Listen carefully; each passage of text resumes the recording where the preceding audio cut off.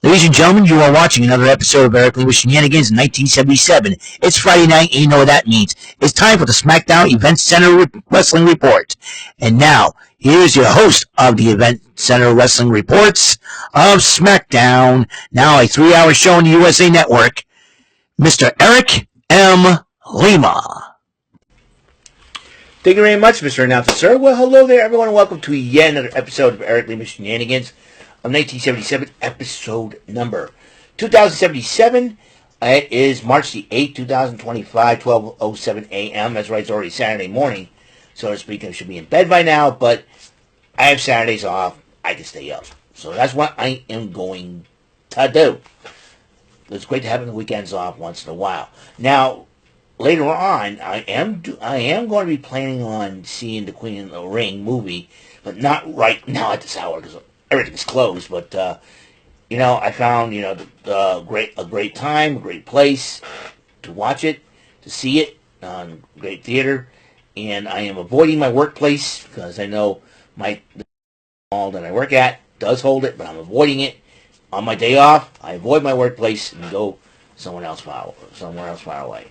I don't want anybody bothering me, I think that's part of the reason why a lot of people, when they have their days off, they don't go to their workplace, because they don't want anybody bothering them for stuff. And that could be the number one reason why. And, you got to be, thinking the old news, like, you want to enjoy your vacation, you don't want to be saying, hey, quit, out of the way, you bother me, So, that's what I'm going to do. That'll be later on in the afternoon, basically. So, that's what I'm going to do. I was going to go Friday when it opened, but, my parents were working, and I didn't want to leave the house unattended.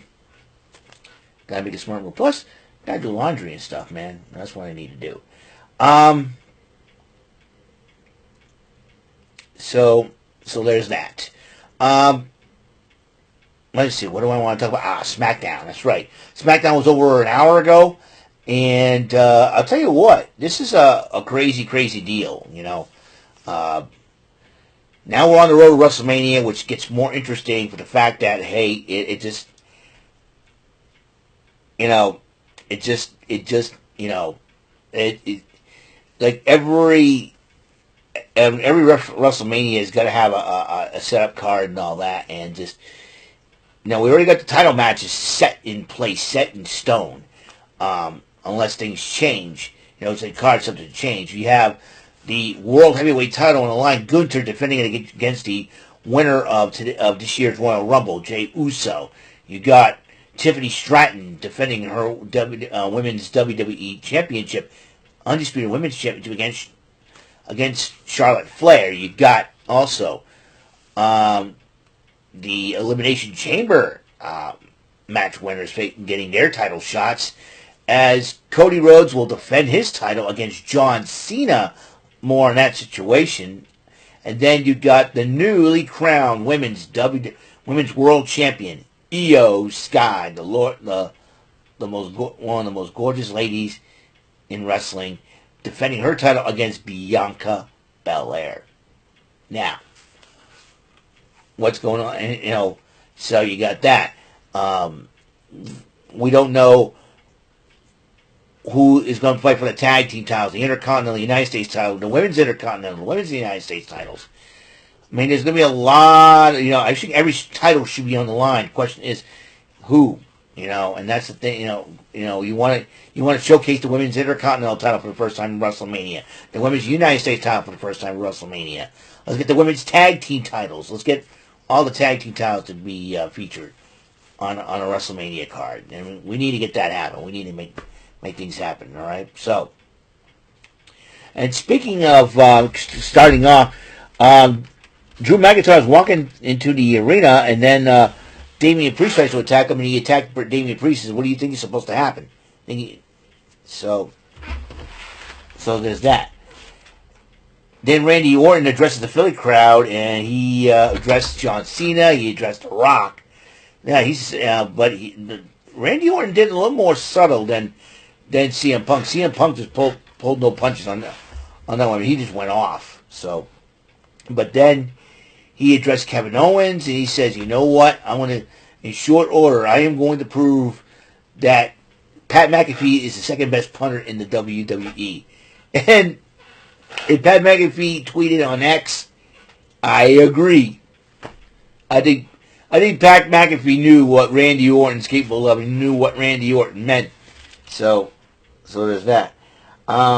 Nick Aldis talks to Tiffany Stratton about her title situation with Charlotte Flair. Chelsea Green and Piper Niven. Chelsea Green does more complaining, more whining, as usual. And then Piper Niven's running her mouth. Tiffany Stratton decided to challenge her to a match. Nick Aldis says, you know what? That's a good idea.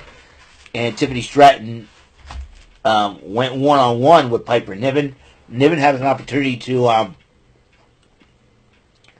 take the title off Stratton, or get a chance to win a title match, a future title match, with a win over Stratton. But Stratton did pick up the victory over Piper Niven, and then Charlotte Flair attacked Stratton from behind, and then figure eights her until referees decided to break it up.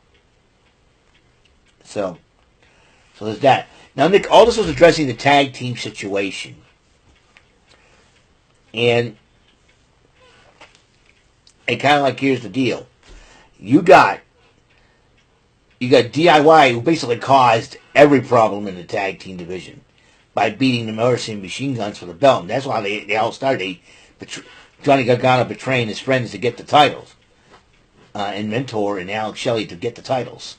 So, and that started a whirlwind of trouble. They got Pretty Deadly to stooge off all the other tag teams. Apollo Crews jumps in, stooges Pretty Deadly off. And it got to the point where Nick Aldis says, I got a solution about who the number one contender is. The Street Profits next week will be challenging DIY for the tag team titles in Barcelona, Spain. Meanwhile, the other three teams that Nick Aldis mentioned, the Motor City Machine Guns, Pretty Deadly, and Los Garza will battle it out in a triple threat match to determine the number one contender. The winner of that match will face the tag team champions, whoever they may be, possibly at WrestleMania. I think that's that match. That should be how WrestleMania should be settled. But then they had the triple threat match: Motor City Machine Guns, Pretty Deadly, and Los Garza, and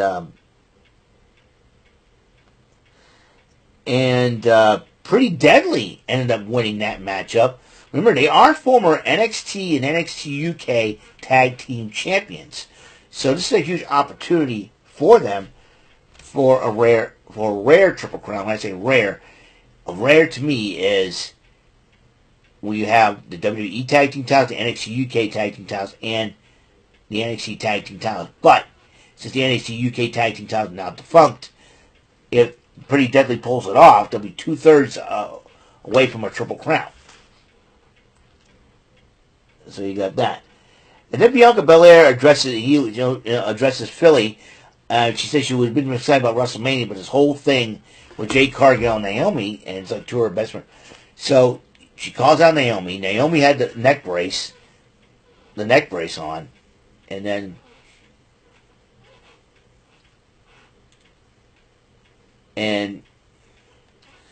then Naomi goes, "Hey, listen, I stepped up for you," and all that. They started going back. This was cinema between these two ladies. This was cinema, okay?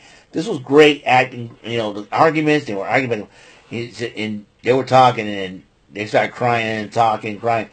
And then Bianca Belair said, "I need a yes or no," and she goes, "I admit it." Naomi admitted to attacking Jade Cargill, and because and she said, "You know why? It should be about you and me, not her, yada, yada, yada. I better keep my mouth shut. And when you guys won the belts and everything else, I was proud." And then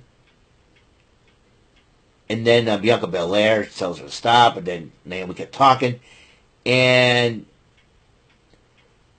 Bianca Belair started walking away, and then Naomi started calling her names.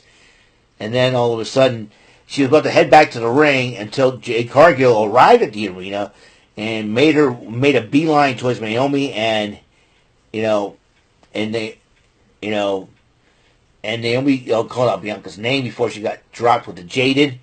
And but I got a hunch that after WrestleMania, and I think everything's going to happen after WrestleMania between these three, I believe Bianca Belair and Naomi will be turning against Jade Cargill, I think, because they all hyped her up, and then all of a sudden they didn't want to be put on the back burner for her. That's what I'm thinking that's going to happen. But it's after WrestleMania. It all depends on the title match situation.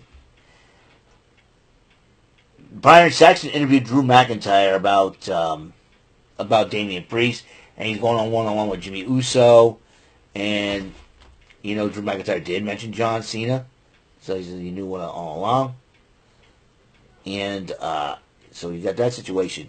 But we have a very special announcement to make. The WWE did, as Lex Luger was working out with Diamond Dallas Page. Now Lex Luger's been confined to a wheelchair for a long time. And he's trying to work out with Diamond Dallas Page to the point where he can walk, and that's what he wants to do. But Cody Rhodes made a surprise visit to DDP and Lex Luger, and Cody Rhodes is, how you doing? Oh, you've been working you out. Oh my goodness! And he says, and this is announced that Lex Luger will be inducted into the WWE Hall of Fame for the class of 2025.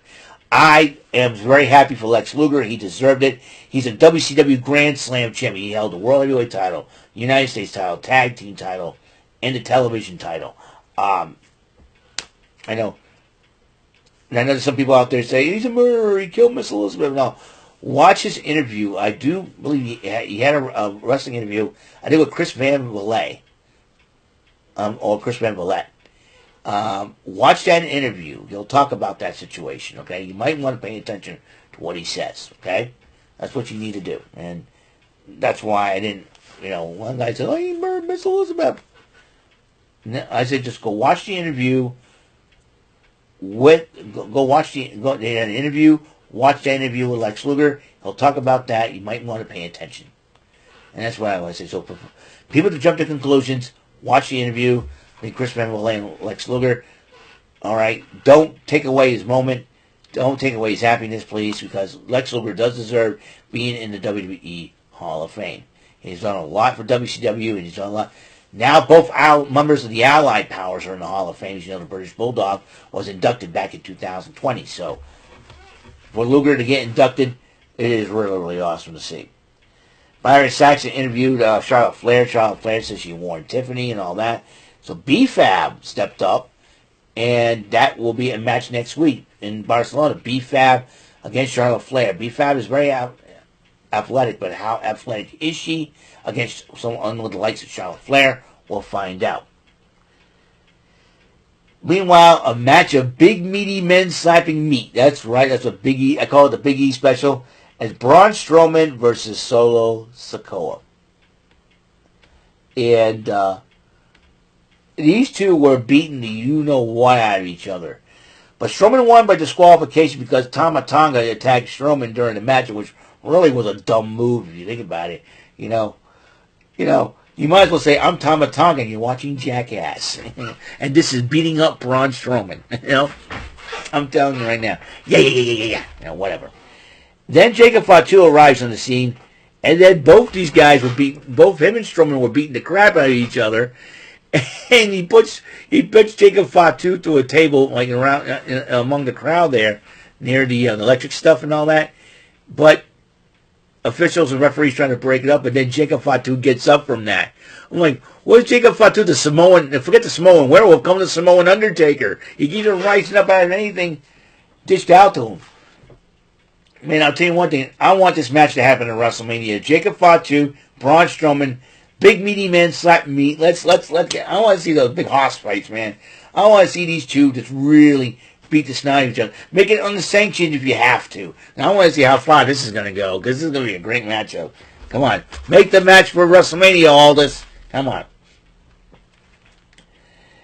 Then Byron Saxton interviewed LA Knight, and he dresses Shinsuke Nakamura. And Shinsuke Nakamura for the United States title, and he's looking forward to winning that title back in the place that gave birth to the United States, and that would be Philadelphia. And then Chelsea Green, after Piper Niven received a beating from Tiffany Stratton, she was tired. He's trying to get up, and then all of a sudden, She was never going, you gotta get up, you gotta help me out here. And then Zelina Vega stops by and goes, I don't care if it's you or me, Chin, I'm coming after that Women's United States title. So, then, her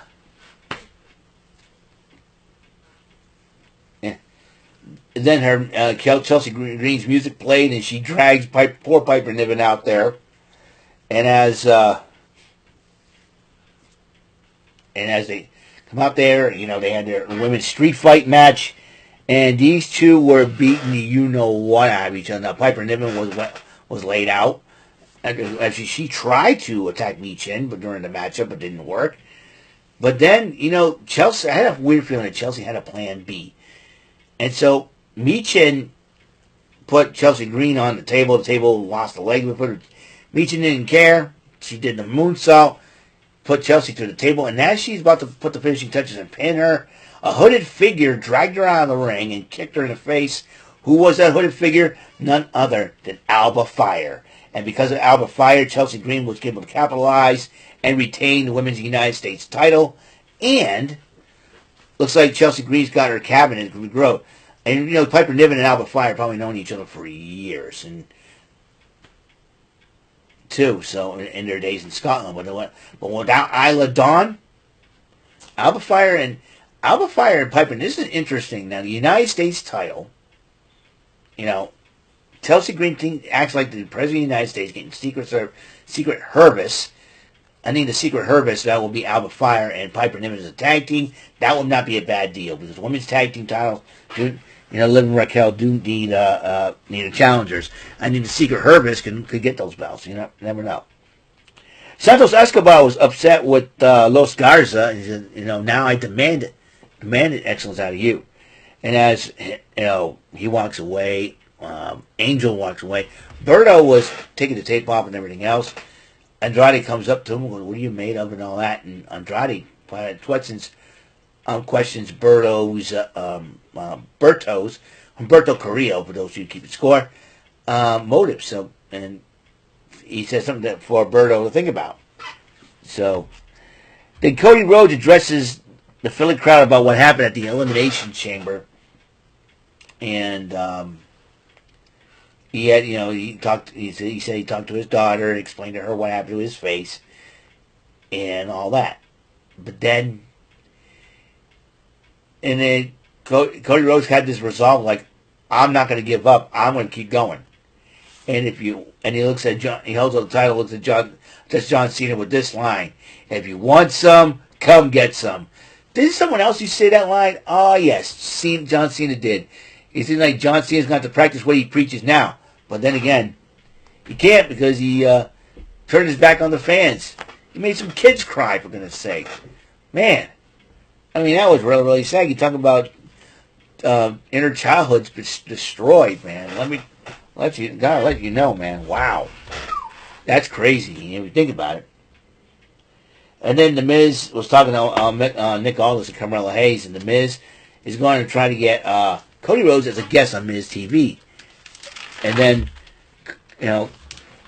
Carmella Hayes, says, I didn't ask for this, and he goes, well, then maybe it'd be great, to see Randy Orton come back after he's sitting on the couch playing Fortnite, and Randy Orton walks in, hey, Fortnite's for kids, man. And, he keep talking to trash. And Nick Aldis goes, you know what? That's a good idea. We'll make a match next week in Barcelona. It'll be Randy Orton one-on-one with Carmella Hayes. Hey, Carmella Hayes, you're doing this again. You're doing too much of this, Carmella. Come on. I know you're from my home state, state of champions. Come on. Quit doing a lot of this and back it up, man. Come on, Carmella Hayes. And then Jimmy Uso went one-on-one with Drew McIntyre. They had their great matchup. And in the end, McIntyre won. McIntyre about to leave the ring. He's about to look to attack Jimmy Uso, not Jey Uso. Damian Priest blindsides him and then attacked him, and then referees, officials come out to break it up, and then Damian Priest super kicked McIntyre right in the face. WrestleMania is going to be really interesting as that matchup gets made official. Shinsuke Nakamura responds to LA Knight, and then the Street Profits addresses DIY about winning the tag team titles next week in Barcelona, and then Byron Saxton interviewed DIY, and DIY wants to prove why they're the best team ever. So if DIY retains, they got it pretty deadly to deal with. But then the United States title was the main event. Shinsuke Nakamura, the Wayward Samurai, defending it against LA Knight. Against LA Knight. And ladies and gentlemen, it's like Monday Night on Raw after the Elimination Chamber. We got a new champion on the SmackDown after the Elimination Chamber. Yeah, Shinsuke, one Japanese wrestler wins the title, another one loses it. And that's right. Io Sky won the Women's World title this past Monday. Shinsuke Nakamura loses the United States title. LA Knight is your new champion. And that means what everybody's saying it. LA Knight. Yeah. So that's how the cookie crumbles for tonight's show on SmackDown, ladies and gentlemen. Tomorrow we got Card Sharks. Oh, technically today is tomorrow. Tomorrow is today, but later on we got Card Sharks, and then at night we got Collision with Chillin' with Jordy as well. I'll be watching Collision and Chillin' with Jordy at the same time. So the final Collision before Revolution, that would be tomorrow night. So thank you for tuning in, and I will hope to see you on the next episode of the show. And until that next episode comes rolling around, Mr. Announcer, take us home.